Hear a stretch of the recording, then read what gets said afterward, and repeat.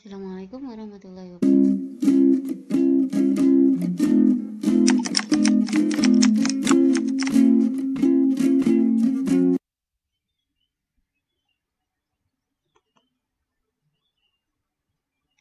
Assalamualaikum warahmatullahi wabarakatuh. Kembali lagi kita ketemu di channel Belajar dari Rumah atau PDR kelas 5. Kali ini kita akan mempelajari subtematika pembelajaran 3. Yuk, sebelum kita mulai pembelajaran kali ini, silahkan dipersiapkan dulu peralatan yang dibutuhkan dan mari kita mulai pembelajaran kali ini dengan bacaan Bismillah. Bismillahirrahmanirrahim.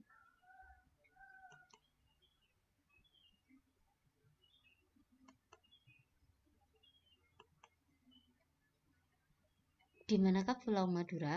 Ada yang sudah bisa menjawab atau mungkin sudah pernah berkunjung ke Pulau Madura? Kita lihat ya. Nah, Pulau Madura itu adalah bagian dari Provinsi Jawa Timur. Tapi Pulau Madura itu terpisah dari Pulau Jawa. Jadi, ini adalah gambar Pulau Madura, sementara bagian bawah ini adalah gambar dari Pulau Jawa, terutama bagian Provinsi Jawa Timur. Nah, Pulau Madura ada di ujung timur atas atau ujung timur Pulau Jawa. Dulu untuk ke sana, jadi dulu untuk menuju ke Pulau Madura, kita harus menyeberangi Selat Madura. Namun sekarang telah ada jembatan yang menghubungkan Pulau Jawa dengan Pulau Madura.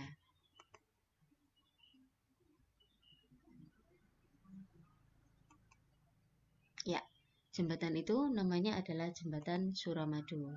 Nah, ini gambarnya.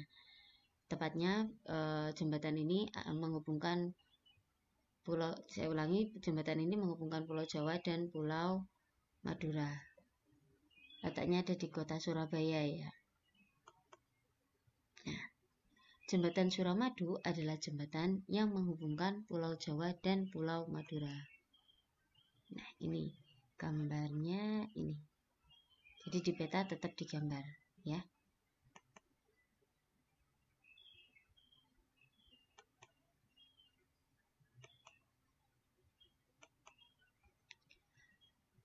Negara Indonesia adalah negara maritim. Apa itu negara maritim? Negara maritim adalah negara yang memiliki wilayah perairan yang luas. Nah, Indonesia sendiri hampir 2/3 dari wilayahnya adalah lautan. Sehingga antara satu pulau dengan pulau lainnya disatukan oleh lautan.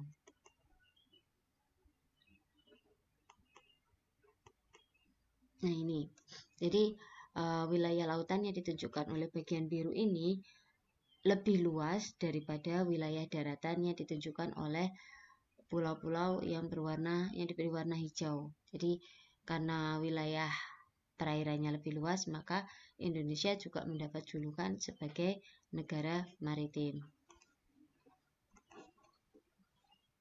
Wilayah Indonesia berupa kepulauan, satu dengan yang lainnya dihubungkan dengan lautan, membuat bervariasinya potensi Indonesia. Jadi luasnya wilayah lautan yang ada di Indonesia itu memberi manfaat bagi bangsa Indonesia. Nah, apa saja manfaat dari lautan yang sangat luas? Nah, kita simak dulu gambar ini. Potensi kekayaan laut Indonesia. Indonesia merupakan negara maritim dan negara kepulauan. Jumlah perairan yang lebih besar daripada daratan membuat Indonesia menjadi salah satu negara dengan potensi laut terkaya di dunia. Jadi potensi laut yang bisa dimanfaatkan di Indonesia itu ya ini, ada minyak bumi, ada air laut yang bisa dimanfaatkan untuk pembuatan garam, ada beraneka ragam ikan, ada beraneka ragam tumbuhan yang bisa dimanfaatkan, ada mutiara, dan juga ada terumbu karang. Ini adalah kekayaan alam yang bisa kita manfaatkan di lautan.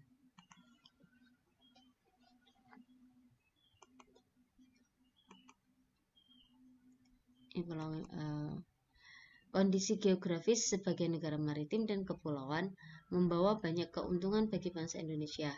Ada banyak jenis pekerjaan yang bisa diusahakan untuk menunjang kehidupan bermasyarakat Indonesia melalui kekayaan lautnya. Jadi wilayah laut yang luas itu memberi manfaat bagi bangsa Indonesia.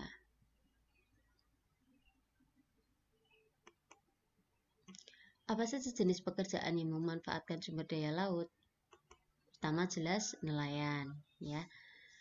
Tugasnya apa nelayan? Ya, nelayan ini pekerjaannya menangkap ikan di lautan.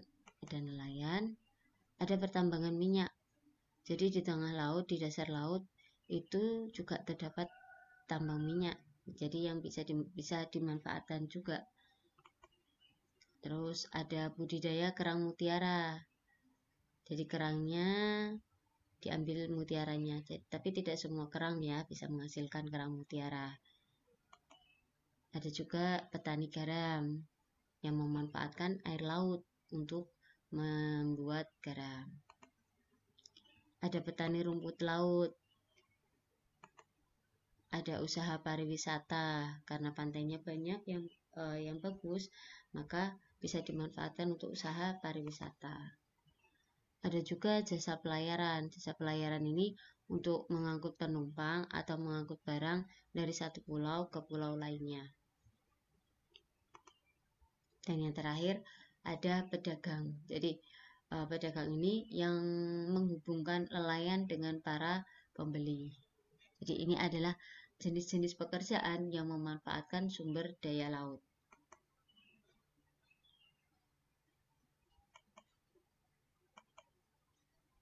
Apa dampak geografis Indonesia sebagai negara kepulauan?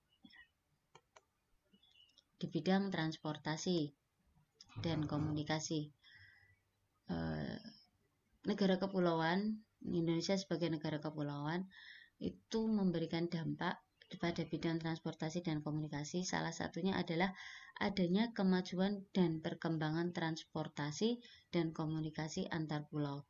Jadi untuk mempercepat komunikasi dan transportasi antar pulau, kita mau tidak mau juga harus memajukan dan mengembangkan alat-alat transportasi dan juga sarana komunikasi. Di bidang kebudayaan, ada pembauran dan pencampuran nilai-nilai kebudayaan. Jadi karena bidang transportasinya semakin meningkat, maka terjadi percampuran dan pembauran nilai-nilai kebudayaan. Contoh, dulu yang datang ke Indonesia itu tidak hanya orang Indonesia, tapi ada pedagang dari Cina, ada pedagang dari Arab. Makanya kita secara tidak langsung kebudayaan Indonesia dipengaruhi oleh sedikit banyak kebudayaan di Indonesia dipengaruhi oleh budaya-budaya dari luar negeri, seperti itu. Di bidang perubahan, adanya perubahan perilaku masyarakat akibat masuknya nilai-nilai dari luar. Jadi karena semakin banyaknya orang yang sering berpindah-pindah tempat atau sering sarana transportasi yang meningkat, menyebabkan orang lebih mudah untuk berkunjung ke satu pulau ke pulau lainnya, maka lama-kelamaan akan terjadi perubahan perilaku masyarakat. Sebagai contoh, dulu orang Indonesia belum mengenal agama Islam gitu kan. Terus ada pedagang dari Arab yang datang ke Indonesia, sehingga lama-kelamaan orang Indonesia mengenal agama Islam, seperti itu. Di bidang perekonomian ada dampak berupa meningkatnya perekonomian karena ditunjang oleh perdagangan. Di bidang pariwisata ada meningkatnya kunjungan dari pendatang dari luar pulau atau daerah. Yang terakhir, di bidang ilmu pengetahuan, adanya pertukaran informasi dan adanya pertukaran informasi dan pengetahuan serta peningkatan teknologi.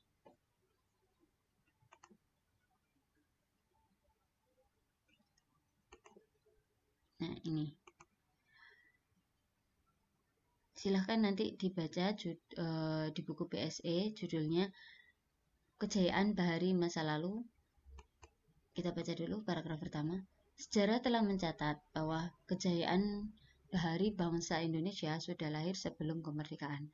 Hal ini dibuktikan dengan adanya temuan-temuan situs prasejarah maupun sejarah. Ide pokok dari paragraf ini adalah sejarah telah mencatat bahwa kejayaan bahari bangsa Indonesia sudah lahir sebelum kemerdekaan. Nanti silakan dilanjutkan membaca buku PSE halaman 148 dan 149 untuk menentukan ide pokok masing-masing paragraf. Nah, tahukah kamu, meskipun terdiri atas 5 sila, namun Pancasila merupakan satu kesatuan yang utuh. Jadi, sila-sila di dalam Pancasila itu saling terkait dan tidak bisa dipisahkan.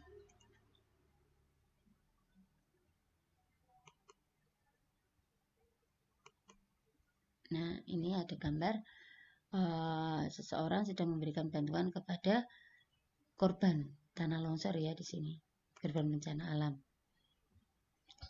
Contoh Pancasila merupakan satu kesatuan. Kalau kita lihat orang membantu korban bencana alam, itu merupakan pengamalan sila kedua. Namun karena dengan menolong ini kita jadi menjaga persatuan, kita semakin bersatu, kita semakin kokoh, maka kegiatan ini tidak hanya menunjukkan pengamalan sila kedua, tapi juga pengamalan sila ketiga.